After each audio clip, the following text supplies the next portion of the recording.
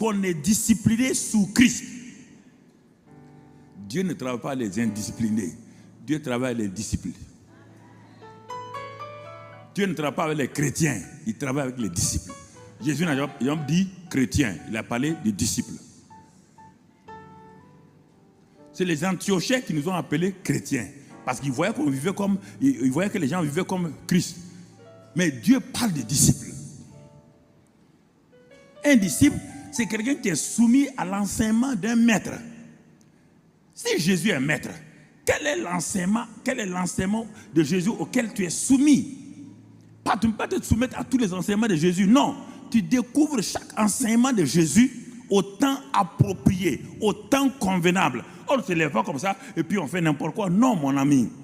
Dieu permet que lorsque tu as besoin de sanctification, tu as fait tout et il te permet un jour, tu t'assois devant la parole de sanctification et le Saint-Esprit ouvre ton esprit et tu comprends que tu as été sanctifié une fois pour toutes par l'offrande du corps de Christ. Hébreux 10:10. Quand tu comprends ça, tu n'as pas besoin de te sanctifier. La sanctification, ce n'est pas se débarrasser des bijoux et des peintures. Non, ça c'est un dépouillement humain.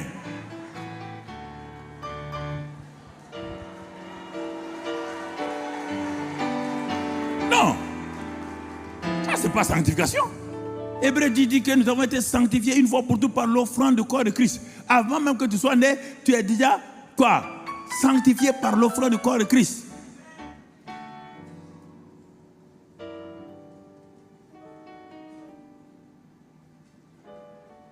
Alors, il dit, quand tu demeures dans sa parole, tu deviens disciple. C'est pas fini, ça c'est le premier niveau. Il dit, ce disciple-là maintenant, qu'est-ce qu'il va faire?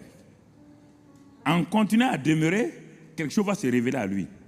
De cette parole-là, va sortir ce qu'on appelle la vérité. Ah bon? Oui. Dans cette parole-là, cette parole qui est devant toi là, dans laquelle tu es demeuré là, il y a une vérité, dans un domaine qui va sortir.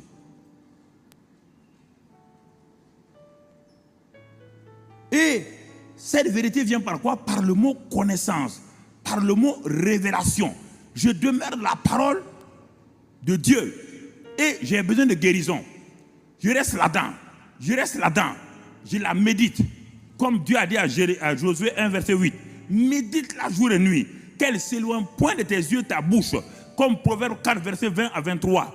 Il dit que cette parole-là doit être dans ton cœur et elle sera un médicament pour toi. Elle devient un médicament quand?